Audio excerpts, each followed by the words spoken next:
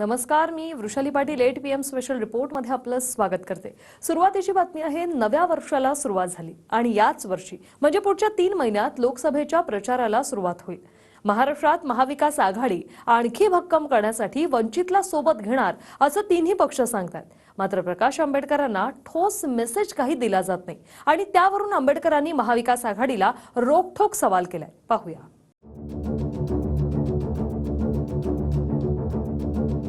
तुम्ही सोनिया गांधीला विचारलं पाहिजे,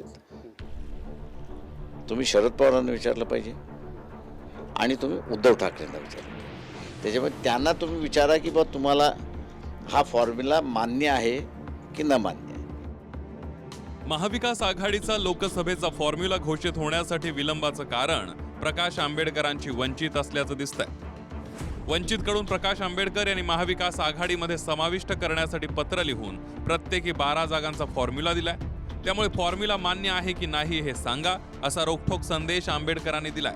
तर काँग्रेसने या फॉर्म्युल्यावर कोणतीही चर्चा झाली नसल्याचं म्हटलंय। तुम्ही सोनिया गांधीला विचारलं पाहिजे,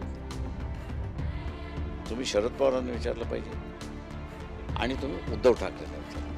तेव्हा त्यांनी दिलेल्या उत्तरावरती मी काही रिप्लाय द्यावा अशी असणारी परिस्थिती नाही आहे। त्याच्यामुळे त्यांना तुम्ही विचारा की बा तुम्हाला हा फॉर्म्युला मान्य आहे की न मान्य आहे। त्यांनी मान्य केला नाही तरी माझं असं म्हणणं नाही। दुसरा प्रश्न त्यांना असं विचार, हे मान्य नाही तर तुमचा फॉर्म्युला काय तो तरी सांगा, म्हणजे ज्याच्याकडून ॲडजस्टमेंट होईल। डिस्ट्रीब्युशन ऑफ सीट्स एकदा चर्चा सुरुवात झाली तर लोक एकत्र आले म्हणून तिथे समजतात।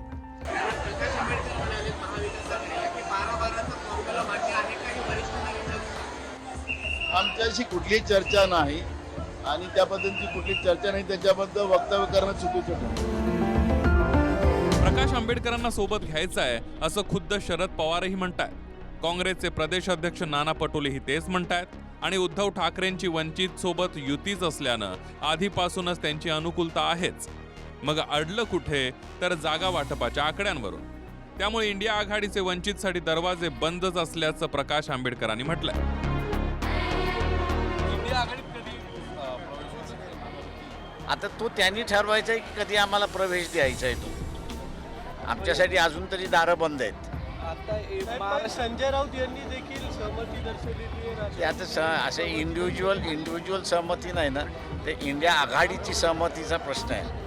सगळ्यात महत्त्वाचा कोणाचा विरोध होतो मला माहीत नाही आहे। मी थांबलो याच्यासाठी की ज्या दिवशी इंडिया आघाडीमध्ये आम्ही सहभागी झालो तर त्याच्यामध्ये या पंतप्रधानाने गेल्या 10 वर्षामध्ये देशाला कसं खोकलं केलेलं आहे याचा एक आराखडा आम्ही मांडलो। प्रकाश आंबेडकर, शिवसेना आणि राष्ट्रवादी काँग्रेस यांच्यामध्ये चांगला समन्वय आहे।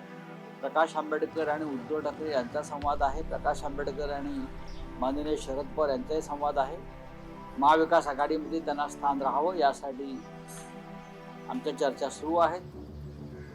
इंडिया आघाडी हा पुढला विषय आहे।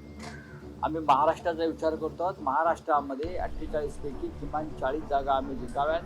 वंचित बहुजन आघाडी आणि महाविकास आघाडी यांच्यामध्ये उत्तम समन्वय आहे आणि उत्तम चर्चा सुरू आहे। वंचित किती महत्वाचा फॅक्टर आहे हे 2019च्या लोकसभेच्या निवडणुकीतून स्पष्ट दिसतंय। लोकसभेच्या 9 मतदारसंघांमध्ये वंचितमुळे काँग्रेस राष्ट्रवादीला थेट फटका बसलाय। ज्यामध्ये सांगलीतून काँग्रेसच्या विशाल पाटलांचा 1,64,000 मतांनी पराभव झाला। वंचितनं 3,02,34 मतं घेतली आहे। नांदेडमध्ये काँग्रेसचे अशोक चव्हाण यांचा 40,000 मतांनी पराभव झाला। तिथं वंचितनं 1,66,000 मतं घेतली आहेत। बुलढाण्यामध्ये काँग्रेसचे राजेंद्र शिंगणे 1,33,000 मतांनी पराभूत झाले। वंचितनं 1,72,000 मतं घेतली आहेत। परभणीमध्ये काँग्रेसचे राजेश विटेकर 42,000 मतांनी हरले। वंचितने 1,49,000 मतं घेतली। हातकणंगलेमध्ये स्वाभिमानीचे राजू शेट्टी 96,000 मतांनी पराभूत झाले।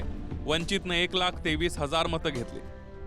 गडचिरोली चिमूरमध्ये काँग्रेसचे नामदेव उसंडी 77,556 मतांनी हरले।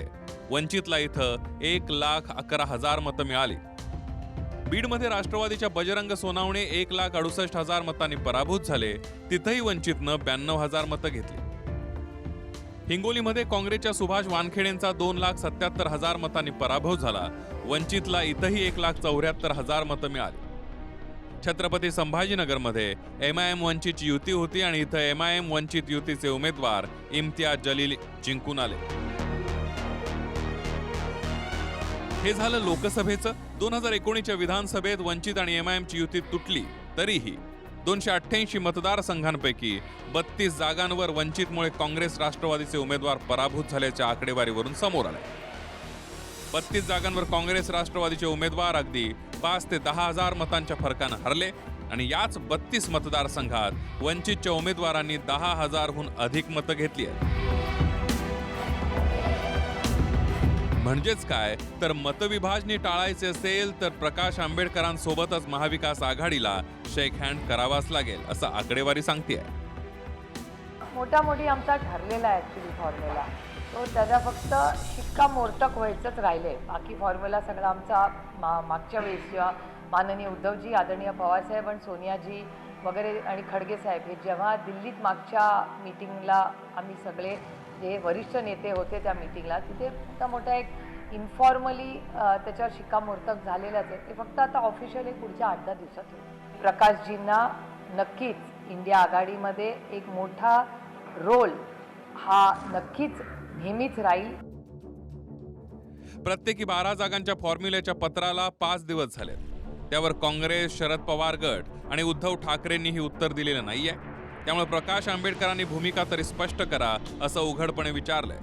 त्याचवेळी उद्धव ठाकरेंसोबत प्लॅन B कसा तयार आहे हेही सांगितलंय. जर सेनेचं काँग्रेसबरोबर झालं नाही आणि राष्ट्रवादीबरोबर झालं नाही आणि आम्ही दोघांनीच फक्त असं निवडणुका लढवायच्या अशा झाल्या तर मग आम्ही दोघं 50-50 करणार. 24 ते लढतील, 24 आम्ही लढतील. त्याच्यामुळे आमचं असं अंडरस्टँडिंग होऊन गेलेलं आहे. आता काँग्रेसबरोबर आणि NCP बरोबरचं जे अंडरस्टँडिंग जे आहे त्याच्यामध्ये किती आणि काय आहे ते उद्धव ठाकरेंच्या गळ्यात आहे. त्याच्यामुळे त्यांनीच म्हणून मी तुम्हाला म्हणतो की या तिघांना तुम्ही विचारा, तुम्हाला त्याच्यातलं कळून जाईल. उद्धव ठाकरे गटानं 23 जागांचा दावा केलाय. त्यात वंचितला सोबत घेतल्यावर समाधानकारक जागा द्याव्याच लागतील. त्यामुळे काँग्रेस, शरद पवार गट आणि ठाकरे गटाला वंचितचा समाधानकारक आकडा ठरवावा लागेल. Bureau report, TV9 Marathi.